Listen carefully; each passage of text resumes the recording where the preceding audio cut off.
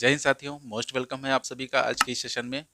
तो जैसा कि आप सभी को पता होगा कि हमने जो है डाइस टॉपिक स्टार्ट किया था और डाइस की हमारी जो है 4 क्लासेस कंप्लीट हो चुकी हैं।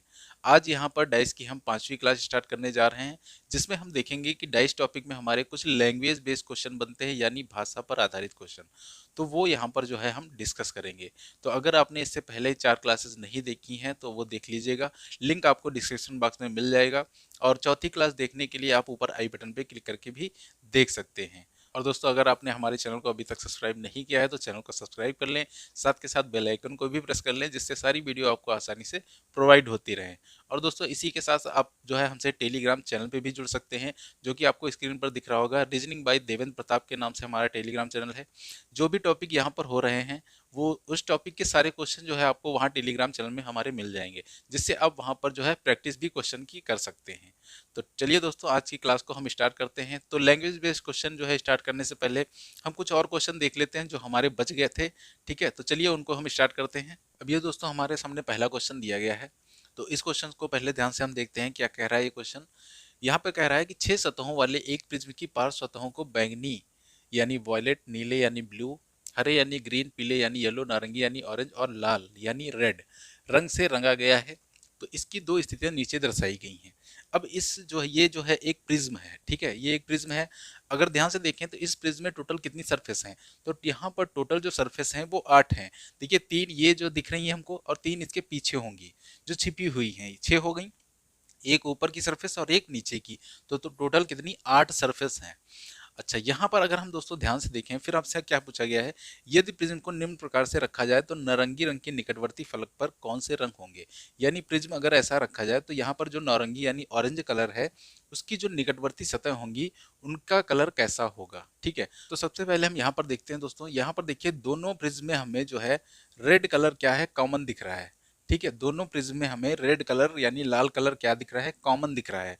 अच्छा, अगर पहले हम प्रिज्म की बात करें तो यहाँ जो रेड की जो पड़ोसी सतह है वो कैसी है, वॉयलेट यानी बैंगनी। ठीक है, ये कैसी है, वॉयलेट यानी कि बैंगनी सतह है ये। और दूसरे प्रिज्म की अगर बात करें तो रेड के जो निकटवर्ती सतह है वो कैसी है, ग्रीन यानी कि हरी। ठीक है, ग्रीन यानी हरी। इसका मतलब क्या है, इसका मतलब ये है कि रेड का जो पड़ोसी सतह है वो ग्रीन भी है और रेड की पड़ोसी सतह जो है वो वॉयलेट भी है यानी बैंगनी भी है। तो अगर दोस्तों हम इसमें बात करें कि इस वाले प्रिज्म में हमें जो वॉयलेट कलर है ये कहाँ दिखेगा, क्योंकि यहाँ तो इसका निकटवर्ती हमें ग्रीन दिख रहा है यानी हरा दिख रहा है, तो फिर यहाँ पर जो है वॉयलेट कलर कहाँ पर आएगा। तो देखिए, यहाँ पर जो है वॉयलेट कलर हमारा इस सरफेस के पड़ोस वाली सरफेस यानी जो इसके पीछे वाली है जो हमें नहीं दिख रही है, इसके निकटवर्ती सरफेस जो ये वाली सरफेस है हमारी, यहाँ पर हमारा कौन सा कलर होगा, वॉयलेट कलर होगा। ठीक है, अब देखिए यहाँ पर रेड का पड़ोस वायलेट भी हो गया और रेड का पड़ोस ग्रीन भी हो गया। ठीक है, तो इस प्रकार से यहाँ वायलेट यहाँ पर होगा। और वायलेट के पड़ोस में देखिए कौन सा कलर है, तो वायलेट के पड़ोस में कलर है हमारा ब्लू। तो वायलेट के पड़ोस कौन सी सरफेस है, ये वाली, तो यहाँ पर कौन सा कलर है हमारा, ब्लू कलर है। ठीक है, यहाँ पर ब्लू कलर है। अब दोस्तों यहाँ पर देखिए कौन सा कलर आएगा हमारा, तो यहाँ पर वो कलर आएगा जो इसमें से हमें नहीं दिख रहा है, यानी कौन सा, ऑरेंज। ठीक है, तो यहाँ पर हमारा आ जाएगा ऑरेंज कलर। ठीक है, ये आ गया हमारा ऑरेंज कलर।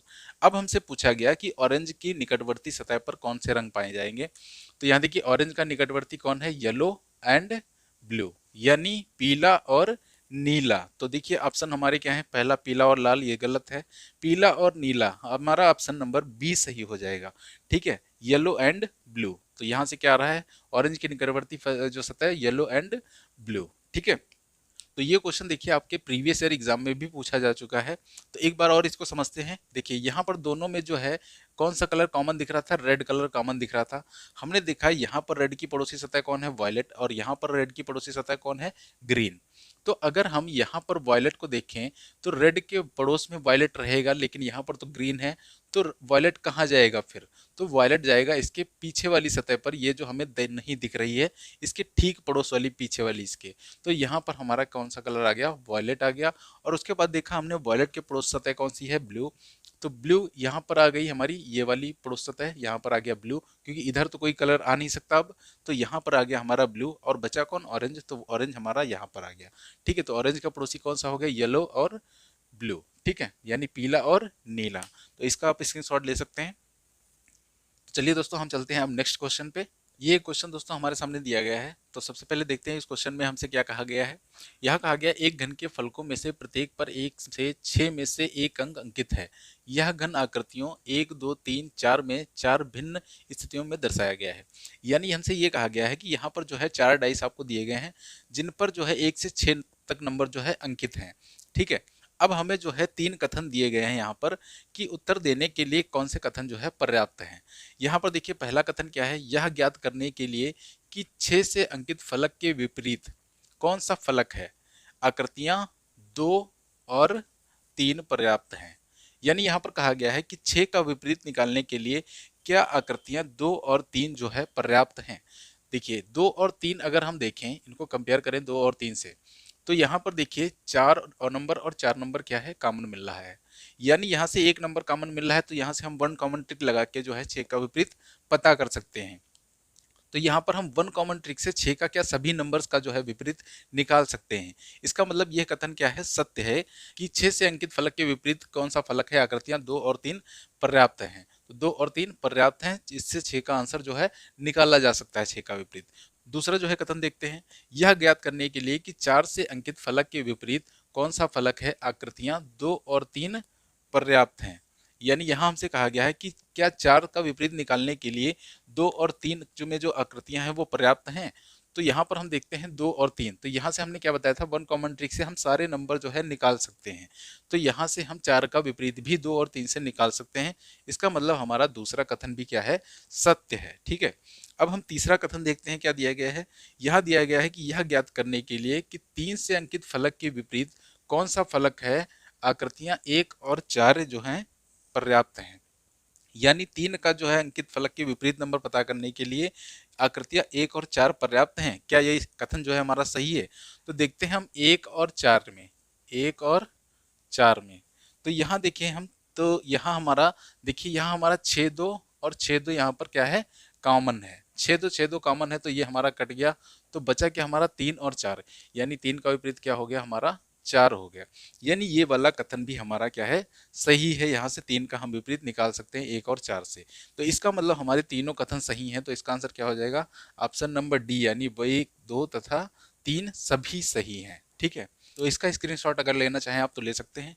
ठीक है, तो अब देखिए हम चलते हैं भाषा पर आधारित क्वेश्चन, यानी लैंग्वेज बेस्ड क्वेश्चन हमारे जो हैं। तो देखिए हमने इसमें क्या क्या डिस्कस कर लिया। सबसे पहले हमने डिस्कस किया कि जब हमें पासे की एक स्थिति दी जाती है, उसके बाद हमने डिस्कस किया जब पासे की हमें 2 स्थितियां दी जाती हैं, और उसके बाद हमने डिस्कस किया जब पासे में मोर देन 2 डाइस दी जाती हैं, यानी पासे में 2 से अधिक स्थितियां जो है हमें जब दी जाती हैं, मोर देन 2 डाइस। ठीक है, उसके बाद हमने इसमें ओपन डाइस भी सॉल्व किया, यानी जो डाइस हमारा टाइप 4 था, ओपन डाइस। तो अब हम फाइनली अब चलेंगे लैंग्वेज बेस्ड क्वेश्चन। ठीक है, लैंग्वेज बेस्ड क्वेश्चन यानी भाषा पर आधारित क्वेश्चन।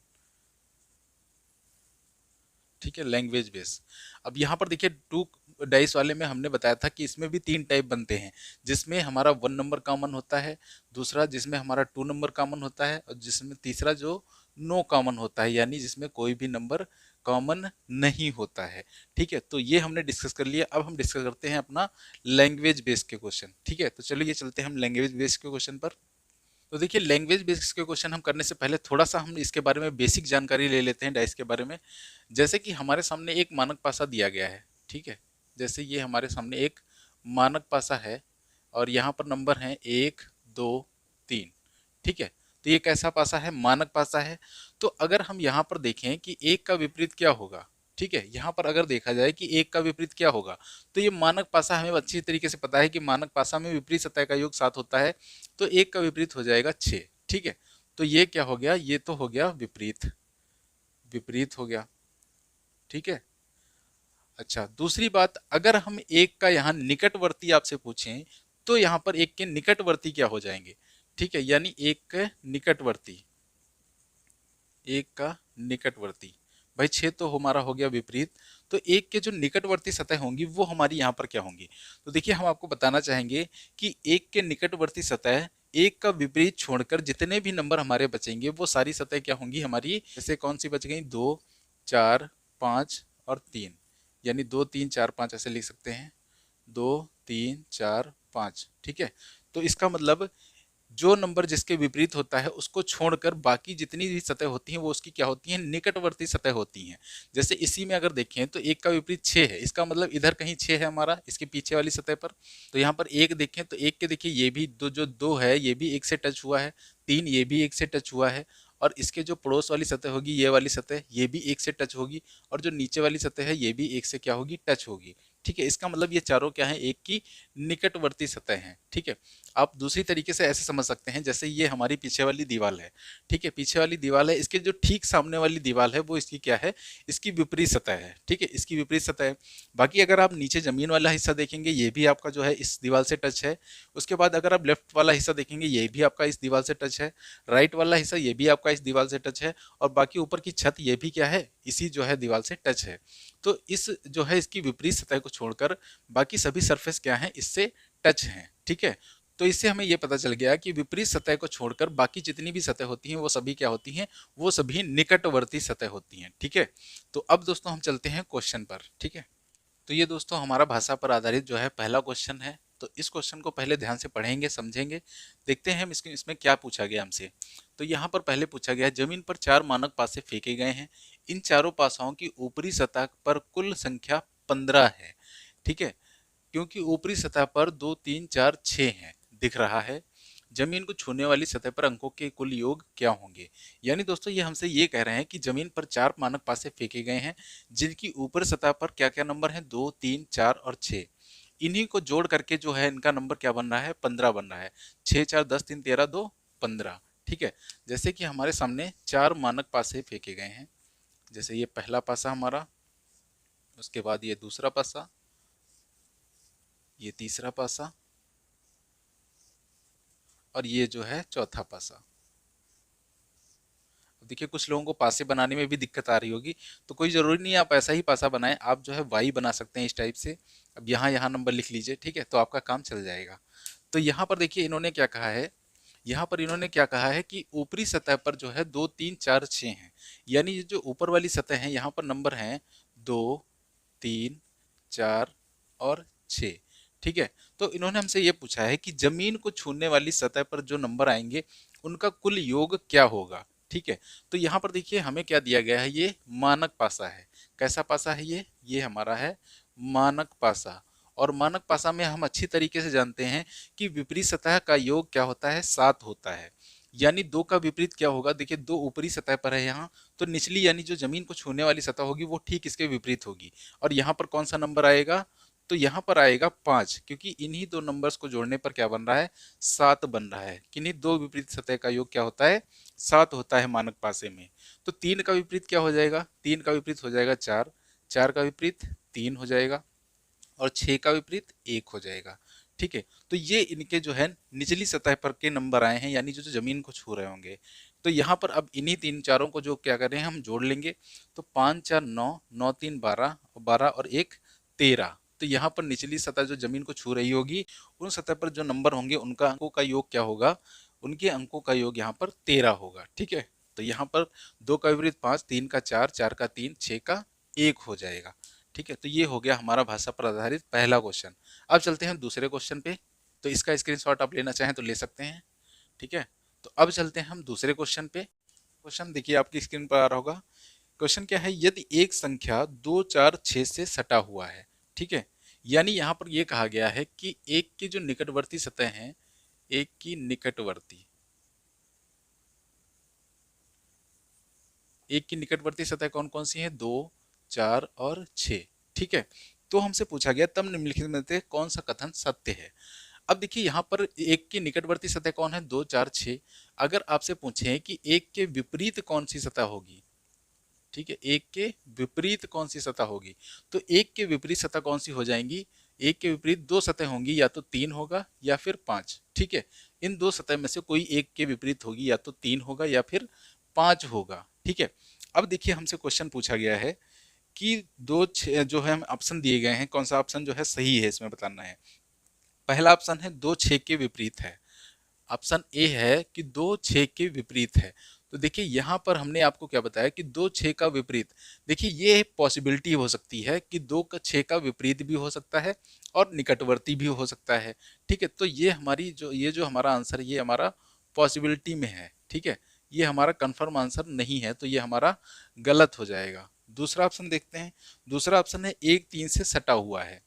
अब देखिए यहाँ पर अगर देखें 1 3 से सटा हुआ है तो कोई जरूरी नहीं 1 3 से सटा हुआ ही हो सकता है 1 3 से विपरीत हो। देखिए अगर यहाँ पर 3 आया, 3 अगर 1 का विपरीत 3 होगा तो 5 कहाँ होगा, यहाँ होगा। और अगर यहाँ पर 5 विपरीत 5 होगा तो क्या होगा, तो फिर 3 होगा। ठीक है, यानी 5 या 3 में से कोई एक यहाँ पर होगा। ठीक है, तो हम यहाँ डिसाइड नहीं कर सकते कि 1 का विपरीत 3 है या फिर 5 है। तो यहाँ पर ऑप्शन 2 हमारा गलत हो जाएगा कि 1 3 से सटा हुआ है। ये भी पॉसिबिलिटी है हमारी कि हो सकता है 1 3 के क्या हो, विपरीत हो। ठीक है, तो ये भी गलत हो गया। तीसरा ऑप्शन है 3 5 से सटा हुआ है। अब ये ऑप्शन देखिए 100% सही है, 3 5 से सटा हुआ है। कैसे सही है, क्योंकि देखिए 3 5 के कभी भी विपरीत नहीं जा सकता। ठीक है, 3 5 के कभी भी विपरीत नहीं जा सकता, क्योंकि एक का विपरीत क्या है, या तो 3 होगा या फिर 5 होगा। यानी 3 और 5 आपस में कभी भी विपरीत नहीं है। और हमें अच्छी तरीके से पता है कि विपरीत सतह को छोड़कर बाकी सभी सतह क्या होती हैं, निकटवर्ती सतह होती हैं। ठीक है, तो ऑप्शन सी हमारा क्या हो जाएगा, राइट हो जाएगा। देखिए डी ऑप्शन क्या है, 3 5 के विपरीत, ये तो हमेशा ही गलत होगा। 3 5 के विपरीत तो कभी भी नहीं हो सकता। ठीक है, 3 3 5 के तो कभी भी विपरीत नहीं हो सकता। तो ये हमारा हो गया पहला क्वेश्चन। अब हम चलते हैं नेक्स्ट क्वेश्चन पे। तो अगला क्वेश्चन देखिए आपकी स्क्रीन पर है, ये क्या कह रहा है, यदि 1 5 के विपरीत है, यानी यहाँ पर ये कहा गया है कि 1 का विपरीत क्या है, 1 का विपरीत है 5, 2 3 का विपरीत है, 2 3 का विपरीत है। तो अब हमारा बच क्या गया, हमारा बच गया 4 और 6, यानी 4 और 6 आपस में जो है विपरीत हैं। ठीक है, तब हमसे पूछा गया है तब निम्न में से कौन सा कथन सत्य है। ठीक, अगर इसको दोस्तों हम डायग्राम से भी बनाना चाहें, डाइस के से जो है, तो यहाँ पर हम इसको ऐसे बना सकते हैं कि 1 का विपरीत क्या है, यहाँ पर अगर 1 है तो इसके पीछे वाली सतह पर क्या होगा, 5 होगा। अगर यहाँ पर 3 है तो इसके इधर वाली सतह पर क्या होगा, पीछे वाली सतह पर 2 होगा। और यहाँ अगर 6 है, यानी जो है नीचे वाली सतह पर 6 है, तो यहाँ कौन सा नंबर होगा, 4 होगा। ठीक है, ये है 1 का विपरीत 5, 2 का विपरीत 3, 4 का विपरीत 6। अब यहाँ से क्वेश्चन देखिए क्या पूछा गया है। जो ऑप्शन हमें दिए गए हैं, पहला ऑप्शन है 4 3 और 6 के समीप है। देखिए 4 3 और 6 के समीप है पहला ऑप्शन। देखिए 4 3 का तो समीप हो सकता है, लेकिन 6 का कभी भी समीप नहीं हो सकता, क्योंकि 4 6 का क्या है, विपरीत है। तो 6 से कभी भी समीप नहीं होगा, इसलिए ये पहला ऑप्शन हमारा गलत हो जाएगा। दूसरा ऑप्शन देखें, दूसरा ऑप्शन है 2 4 और 6 के समीप है। देखिए ये ऑप्शन हमारा बिल्कुल सही है, 2 जो है वो 4 और 6 के समीप है। चाहे आप डायग्राम से देख लीजिए या इससे भी देख लीजिए, क्योंकि 4 और 6 आपस में विपरीत हैं। ठीक है, 2 किसी का भी विपरीत नहीं है, ना कि ना ही 4 का ना ही 6 का। तो विपरीत सतह छोड़कर सभी क्या होती हैं, निकटवर्ती सतह होती हैं। तो 2 का जो है निकटवर्ती 4 6 और सभी 5 और 1 सभी हो जाएंगे। ठीक है, 1 5 4 6 2 के जो है निकटवर्ती हो जाएंगे। आप फिगर से भी देख सकते हैं, 2 का जो है निकटवर्ती ये 4 नंबर दिख रहा है, और ये नीचे वाला जो है ये 6 नंबर भी होगा 2 का निकटवर्ती। ठीक है, तो ये ऑप्शन हमारा सही हो जाएगा। सी ऑप्शन देखते हैं हम। सी ऑप्शन क्या है कि 4 5 और 6 के समीप है। अब फिर से वही आ गया कि 4 5 का तो समीप हो सकता है, लेकिन 6 का कभी भी समीप नहीं हो सकता। ठीक है, डी ऑप्शन हमारा 6 3 और 4 के समीप है।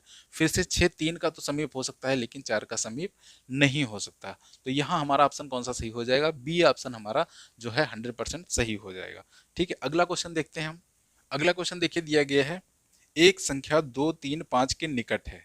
यानी एक जो संख्या है, एक के निकटवर्ती कौन से नंबर हैं, एक के निकटवर्ती नंबर हैं 2 3 और 5, 2 3 और 5। ठीक है, एक के निकटवर्ती 2 3 5 हैं। तो निम्नलिखित में से कौन सा कथन सत्य है। ठीक है, पहला, अब देखिए यहाँ पर एक के जो निकटवर्ती 2 3 5 हो गए, तो एक के विपरीत कौन सा नंबर हुआ, एक का विपरीत। तो एक का विपरीत यहाँ हो जाएगा या तो 4 या फिर 6। ठीक है, एक का विपरीत या तो 4 या फिर 6। अब हम देखते हैं ऑप्शन। पहला ऑप्शन क्या दिया गया है, पहला ऑप्शन दिया गया है 4 6 के समीप है। देखिए 4 6 के समीप है, हमने क्या बताया था, ये ऑप्शन हमेशा सही होगा, 4 6 के समीप है। क्योंकि या तो एक का विपरीत 4 होगा या एक का विपरीत 6 होगा। 4 और 6 कभी भी आपस में विपरीत नहीं होंगे। ठीक है, तो जब ये आपस में विपरीत नहीं होंगे तो इसका मतलब क्या है, ये निकटवर्ती होंगे। ठीक है, तो पहला ये ऑप्शन हमारा क्या हो जाएगा, सही हो जाएगा। दूसरा ऑप्शन देखें, 2 5 के समीप है।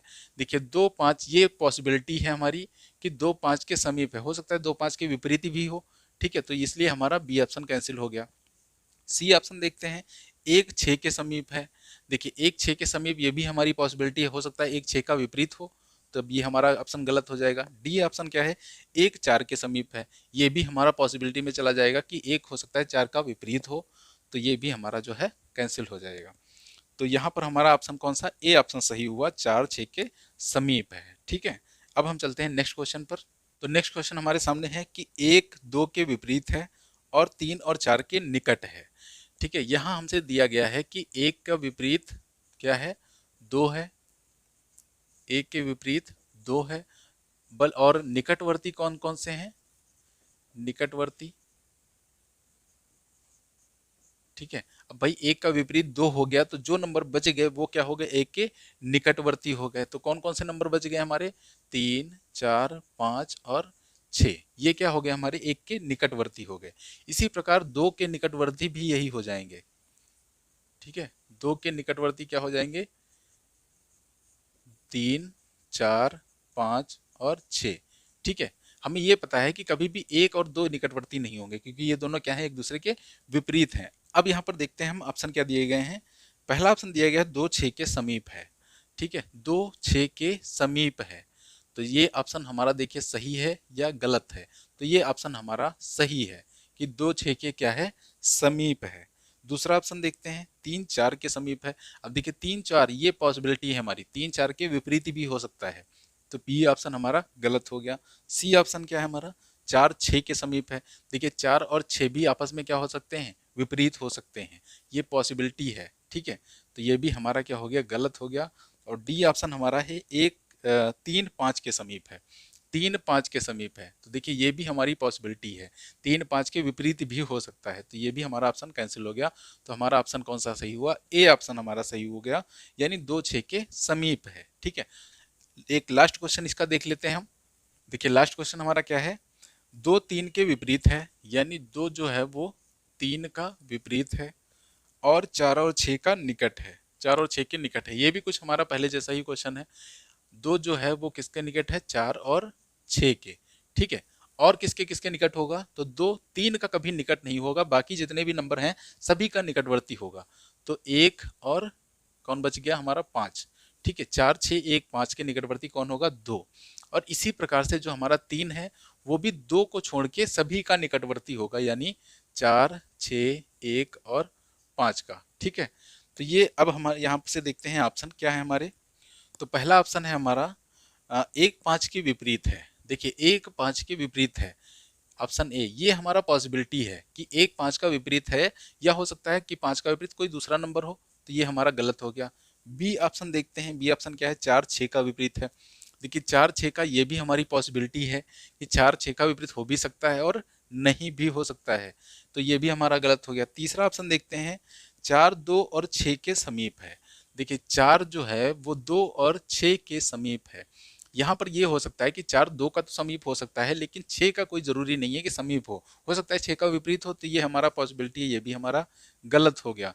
तो डी ऑप्शन हमारा क्या है, 1 2 और 3 के समीप है, ये ऑप्शन हमारा 100% सही है। देखिए एक जो है वो 2 का भी जो है समीप होगा, और एक 3 का भी समीप होगा। ठीक है, तो ये ऑप्शन हमारा 100% सही हो जाएगा।